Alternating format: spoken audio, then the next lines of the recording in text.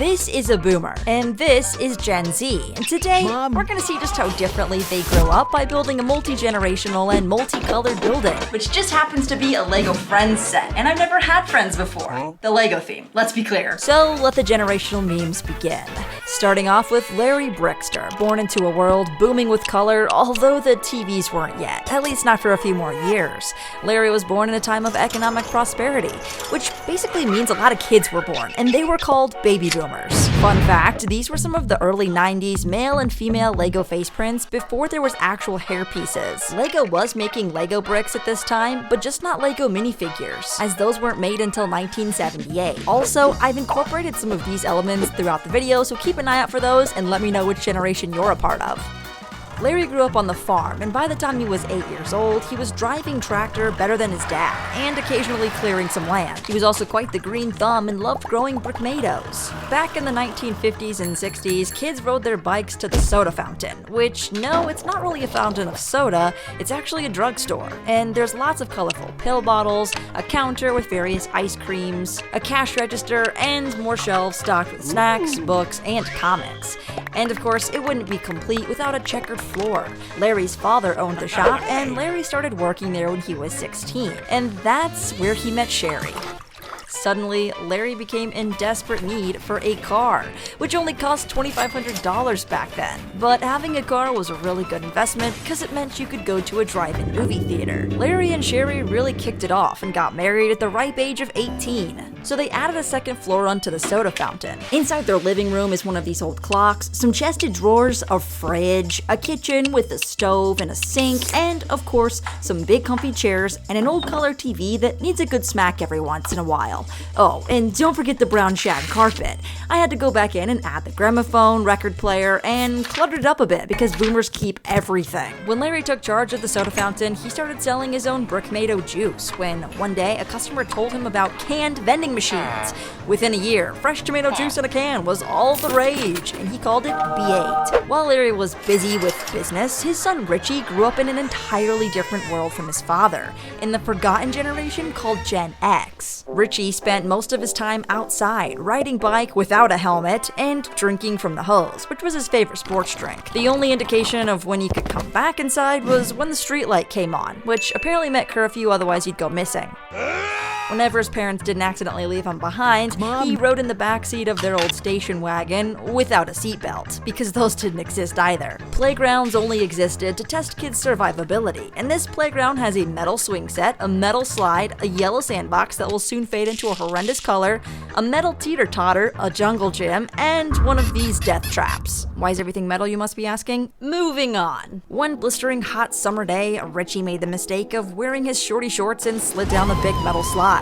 The slides were so hot you could cook an egg on them, but today, Richie decided to burn his buns. There was definitely no caution signs or safety measures to prevent kids from hurting each other, and definitely no adult supervision. Wow, nice slingshot, Richie. See if you can hit me from way over there. Carl? I'm okay.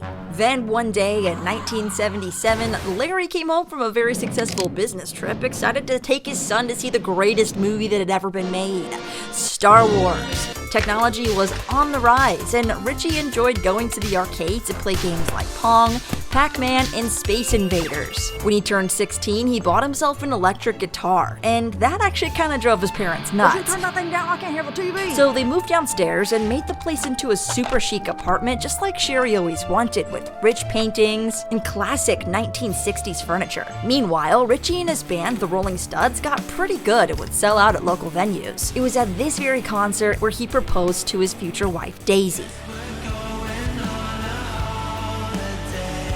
6 months later, Bobbert was born, 8 studs and 5 ounces. Richard realized that they were going to need some more space, so he built the building taller to make more room for their new kid, and a 4th floor that he could later use as a penthouse, or just in case there were any more surprises. This gave him room for his new record player, a guitar stand, and a VCR. I think you're a little too close to the TV there, Bob. What? Richie spent a lot of time with Bob to make up for the lack of time with his own father, and Bob had a really great life. Bobbert Brickster grew up in the generation known as millennials, and growing up in the 90s, Bob's room looked kinda like Woody's from Toy Story. He had games like Mousetrap, where you build a contraption to trap a mouse to win the game, Rock'em Sock'em Robots, and tons of TY Beanie Babies. For Christmas one year, his dad got him a Game Boy Color and he played Pokemon for hours on end. As Bob got older, he built shelves and shelves of LEGO Star Wars sets. He got walkie-talkies, collected Nerf guns, a lightsaber or two, and started skating and snowboarding. Bob would go to the skate park on his bike just to go down a ramp in his new Heelys. But when he got home that day, his parents gave him some terrible news. "Son, you're gonna be a big brother." Bob was devastated. His parents loved baby Sky, and when she got older, she would crawl into his room and break all his LEGO creations. He would get stuck babysitting, but he just gave her an iPad to keep her entertained. The other thing Bob hated was the paper route. Bob and his best friend Dylan did the paper route together, but there was always this house that had a ton of angry dogs that Bob was too scared to go to. So one day, they devised a plan to distract the dogs so Bob could deliver the paper. Alright, let it rip! Did you actually deliver the paper? Oh no, I forgot. Bob and Dylan also made forts outside so they could have epic Nerf gun battles. In the early days of computers, you had to wait for dial-up internet, but this meant that you got to use AOL Instant Messenger and MySpace. Bob also enjoyed designing LEGO models online and really hoped that he could one day work for LEGO. One day when Bob was babysitting Sky, he got an email from the LEGO group saying that they were hiring digital model designers and he could apply. Bob was super stoked, and this is when it all turned around for him. That story continues in this video right here after Bob's successful time in the corporate world. But we still have one more generation to deal with. Bob doesn't have any kids yet, but his little sister is 12 years younger than him, and she was born in a world full of technology. Her room was full of toys as a kid. Bratz dolls were super popular, but Sky started playing Minecraft on an iPad and begged for a computer. She got one at age 7, and she started growing up fast. She swapped out her kid's bed for a day bed, since that's when she slept after playing video games all night, and she got an iPhone at age 9. A few years later, she was already on YouTube talking about Minecraft and .io games. A fan even sent her a life-size Minecraft llama. By the time Sky went to high school, she'd broken about 5 iPhones. Once when that squirrel sneezed at the zoo while she was making a TikTok, that time her friend fell at the skate park, that time she fell on her butt at the abandoned playground, and on her way to the mall, oh, she broke it again. 4 years later, Sky graduated online, and during quarantine, Sky and Bob got into gardening. They planted a rooftop garden with a bunch of brickmatos, and when they brought their grandma and grandpa, they were so excited to see that they could make some homemade B8. Instead of going to college, Sky became a famous Nike shoe TikToker and even surpassed her brother Lego Bob in followers.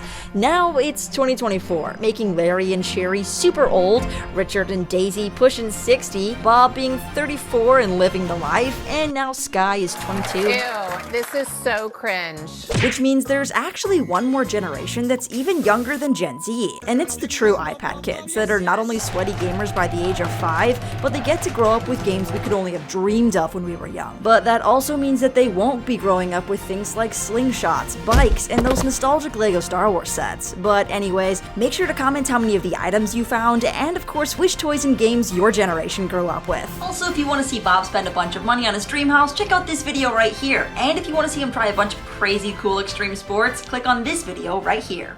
Enjoy!